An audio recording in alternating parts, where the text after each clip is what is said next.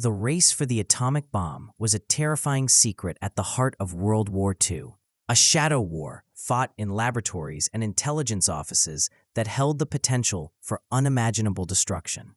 While Allied scientists toiled in secret on the Manhattan Project, a parallel and equally urgent drama unfolded across the Atlantic. Allied intelligence agencies grew increasingly alarmed by mounting evidence that Nazi Germany was aggressively pursuing its own nuclear weapon. The specter of a Nazi atomic bomb was a nightmare scenario that could have handed ultimate victory to the Third Reich. At the center of this fear was a remote, heavily fortified industrial plant in Nazi-occupied Norway, a facility producing a substance so crucial to nuclear fission that its destruction became one of the war's most critical and daring objectives. This is the full, detailed story of Operation Gunnerside, the brilliantly conceived and flawlessly executed commando raid that crippled the Nazi atomic program and, in the view of many historians, fundamentally altered the course of the 20th century. The story begins not with soldiers or spies, but with a groundbreaking scientific discovery. In 1938, German chemists Otto Hahn and Fritz Strassmann, with the crucial theoretical interpretation of their colleague, Lise Meitner, who had fled Nazi Germany, discovered nuclear fission. This revolutionary process of splitting an atomic nucleus released a colossal amount of energy. The military potential of this discovery was immediately obvious to physicists on both sides of the emerging conflict. In Germany, a secret project known as the Uranium Club was initiated under the leadership of Werner Heisenberg, a Nobel Prize-winning physicist and one of the most brilliant minds of his generation. His team explored several methods to achieve a controlled, self-sustaining chain reaction, the essential step toward creating an atomic bomb. One of the most promising paths involved using a rare substance called heavy water as a moderator to slow down neutrons released during fission, making them more likely to split other uranium atoms and sustain a chain reaction. In Germany, a secret project known as the Uranium Club was initiated under the leadership of Werner Heisenberg, a Nobel Prize-winning physicist and one of the most brilliant minds of his generation. His team explored several methods to achieve a controlled, self-sustaining chain reaction, the essential step toward creating an atomic bomb. One of the most promising paths involved using a rare substance called heavy water as a moderator to slow down neutrons released during fission, making them more likely to split other uranium atoms and sustain the chain reaction. Heavy water, or deuterium oxide, looks and behaves almost identically to ordinary water, but its hydrogen atoms are heavier, containing an extra neutron. This unique property makes it exceptionally effective for controlling nuclear reactions in certain types of experimental reactors. In the early 1940s, the world's only large-scale production facility for this vital material was the Vemork Norsk hydro plant, located in the rugged mountainous region of Telemark, Norway. Perched dramatically on a steep cliff overlooking the industrial town of Ryukin, the plant was a marvel of industrial engineering, powered by the massive Ryukin-Fossen waterfall. It produced heavy water as a byproduct of its primary function, manufacturing hydrogen for fertilizer using hydroelectric power. Before the war, it had produced this scientific curiosity in mere kilograms, but under Nazi control, following the invasion of Norway in 1940, its output was ramped up significantly to meet the demands of the German nuclear program. To the Allies, monitoring German scientific progress from afar, Vemork became a beacon of existential threat. Every kilogram of heavy water shipped from Norway to German laboratories was a tangible step closer to a Nazi atomic bomb. Destroying the plant became an absolute strategic necessity. However, Vemork was a formidable target, a fortress in every sense of the word. Built into the side of an almost sheer ravine, it was a natural defensive position that made approach incredibly difficult. The Germans, aware of its strategic value after early, clumsy Allied intelligence interest had transformed it into a veritable bastion. They surrounded the complex with extensive minefields, miles of barbed wire, and strategically placed machine gun nests. The single-access bridge was heavily guarded, and the garrison consisted of hundreds of well-equipped troops. Flak guns pointed skyward to deter any aerial assault. A direct military assault was deemed suicidal, and a conventional bombing raid by the Royal Air Force was rejected as too inaccurate. The risk of killing Norwegian civilian workers in region or failing to destroy the heavily reinforced basement-level production area was unacceptably high. The only viable option was a precision sabotage mission on the ground, a surgical strike requiring a blend of brute courage, tactical genius, and sheer luck. Flak guns pointed skyward to deter any aerial assault. A direct military assault was deemed suicidal, and a conventional bombing raid by the Royal Air Force was rejected as too inaccurate. The risk of killing Norwegian civilian workers in Rjukan or failing to destroy the heavily reinforced basement-level production area was unacceptably high. The only viable option was a precision sabotage mission on the ground, a surgical strike requiring a blend of brute courage, tactical genius, and sheer luck. The British Special Operations Executive, SOE, tasked with fomenting sabotage and subversion in occupied Europe, took up the challenge. Their first attempt, in November 1942, was codenamed Operation Freshman. It was an unmitigated disaster that served as a brutal lesson in the perils of winter warfare in Norway. The plan involved 2 Royal Air Force Halifax bombers, each towing a Horsa glider, carrying a team of British Royal Engineers. The gliders would be released near the plant, crash land in the rough terrain, and the engineers would storm the facility, destroy the heavy water machinery with explosives, and attempt to escape on foot to neutral Sweden. It was a bold plan, but it was doomed from the start by the brutal Norwegian winter and a fatal string of bad luck. One of the tow planes, navigating through a storm, crashed into a mountain, killing all on board. The other glider, released in poor visibility and icing conditions, also crashed. The survivors, many seriously injured, were quickly captured by German troops. In a chilling act of brutality, under Hitler's secret commando order, which mandated the immediate execution of captured saboteurs, all the survivors were executed. The failure was total and devastating.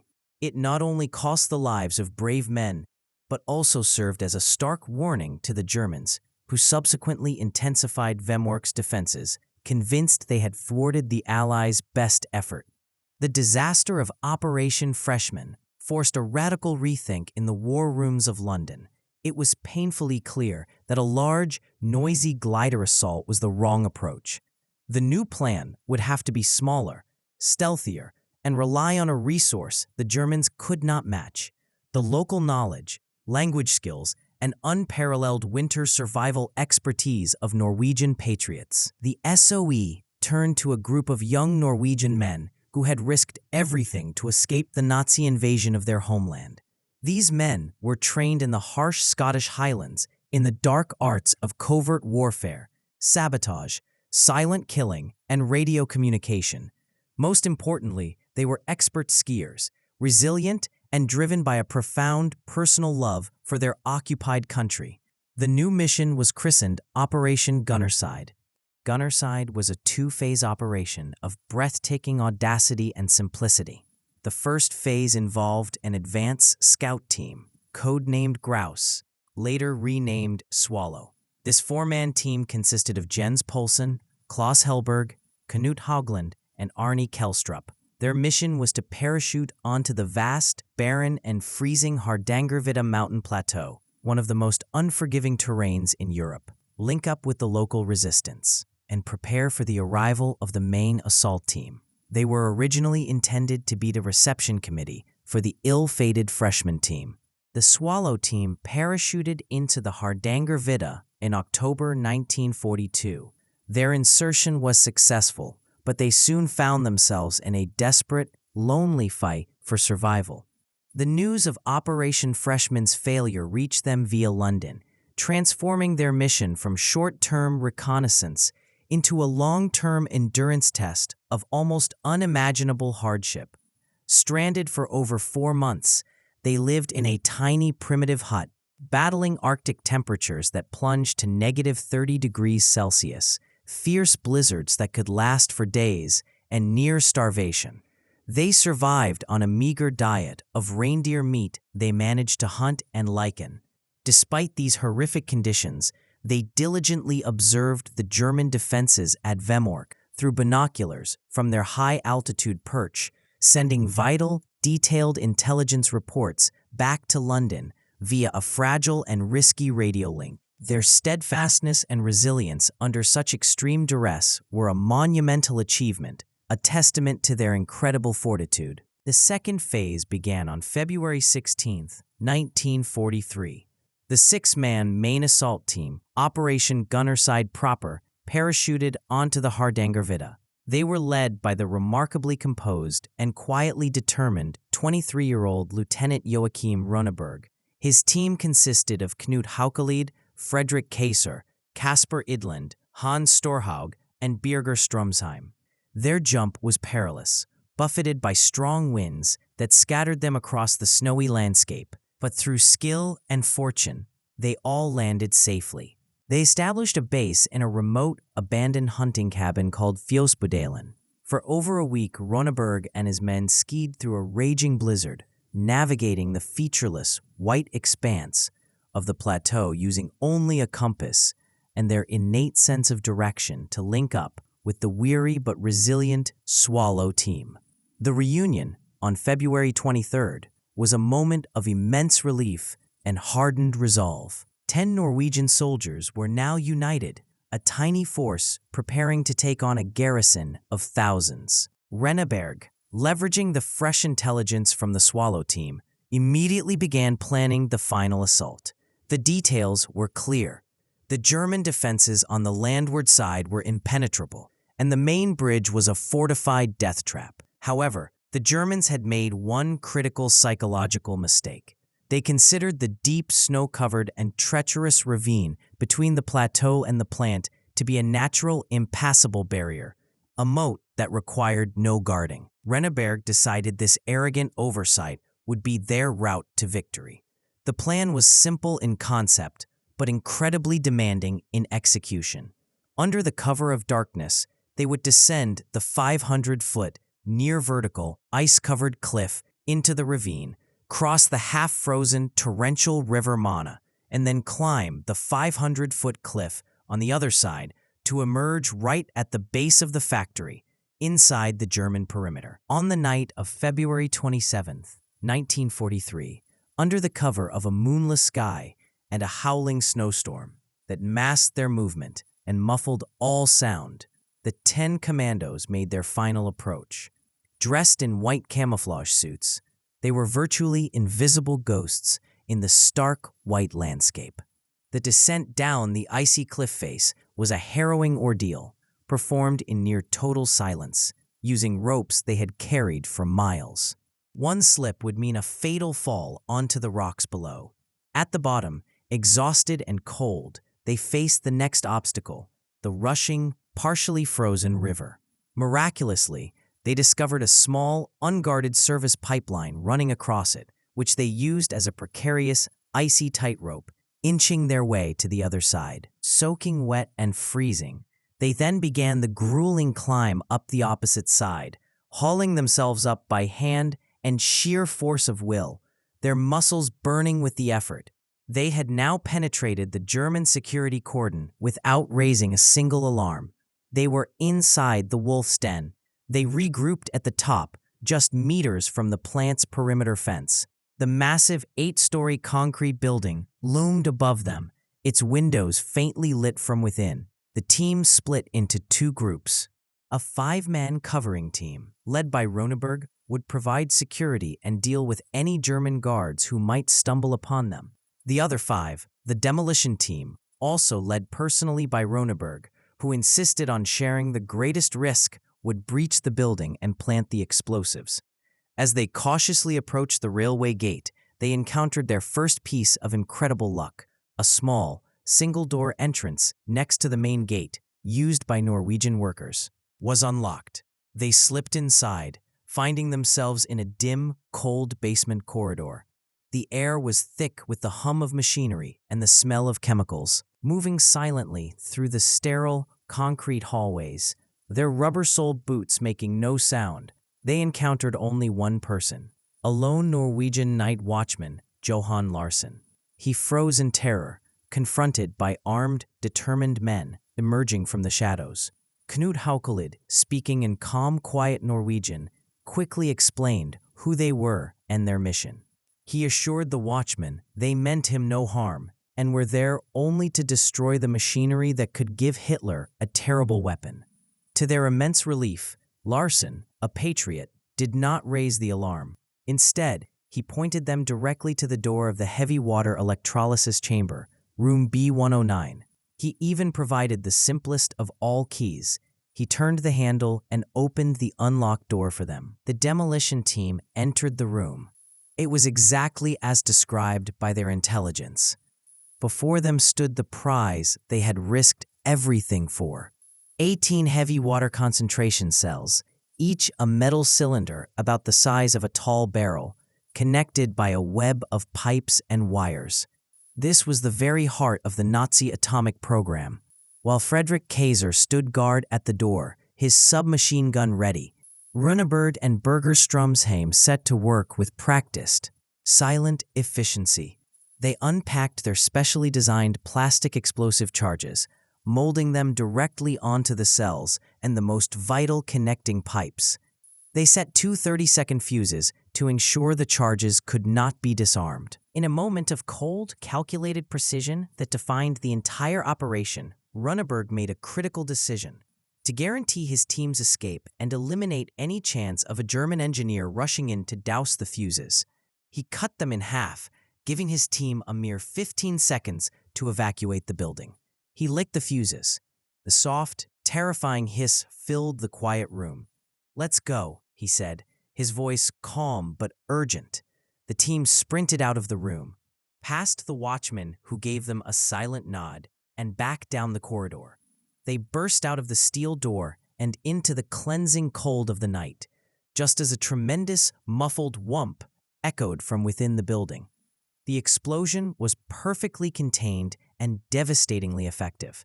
It shattered the precious concentration cells, sending hundreds of kilograms of heavy water pouring down the drains and rendering the entire production line utterly useless. The mission was a success. The destruction was complete, but the escape was still perilous. As German alarms finally began to wail and searchlights swept the ravine in a frantic, chaotic dance, the commandos made their escape. Following a prearranged plan, they split into small groups to confuse their pursuers and maximize the chances that some would get away.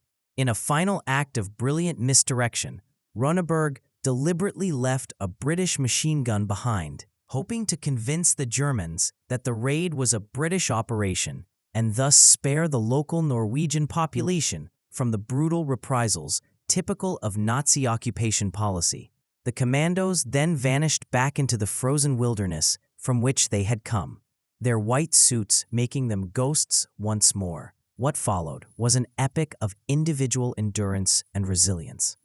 Over the following days and weeks, all 10 commandos, through a series of incredible solo journeys, managed to escape Norway.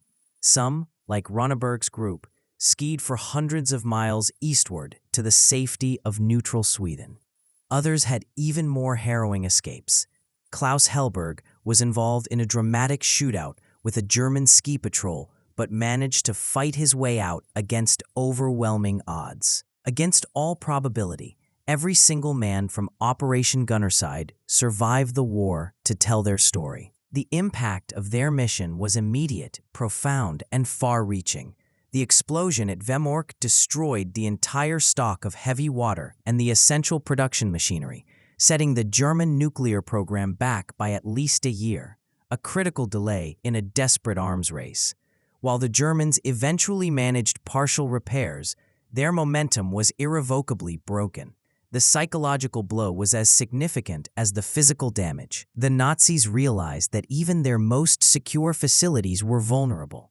In November 1943, a massive, but only partially successful bombing raid by the U.S. Army Air Force on the plant convinced the Nazis to abandon the site altogether and attempt to move the remaining heavy water equipment and final stocks to Germany. In a final, postscript act of sabotage that sealed the fate of the German atomic ambition, Norwegian patriots, including Gunnerside veteran Knut Haukelid, successfully planted a timed bomb on the ferry SF Hydro as it crossed the deep, cold waters of Lake Tinchau. The explosion sent Hitler's last significant cache of heavy water, along with the vital machinery, to the bottom of the lake, forever beyond the reach of the Nazi war machine. Operation Gunnerside stands as a masterpiece of special operations, a case study in planning, courage, and execution. It was a mission carried out with flawless precision, without a single shot fired in anger or a single life lost on either side during the raid itself. It was a triumph of human courage, local knowledge, and meticulous planning over brute force and overwhelming numbers. Winston Churchill himself, a man familiar with both triumph and disaster, called it the most brilliant and successful sabotage operation of the entire war. President Franklin D. Roosevelt personally praised the commandos for their extraordinary courage and resourcefulness. The men of Gunnerside returned to a liberated Norway as national heroes, their names forever etched in the annals of history. In a conflict defined by industrialized slaughter and destruction on an unimaginable scale, their story is a powerful and enduring reminder that a small group of determined individuals, armed with little more than courage, conviction, and a willingness to sacrifice everything for a just cause, can, against all odds, alter the destiny of the world. They ventured into the heart of darkness in that frozen Norwegian ravine, and with a single, perfectly placed explosion, achieved what entire armies could not. They may very well have stopped a nuclear-armed Third Reich and saved the world from a darkness too terrible to contemplate.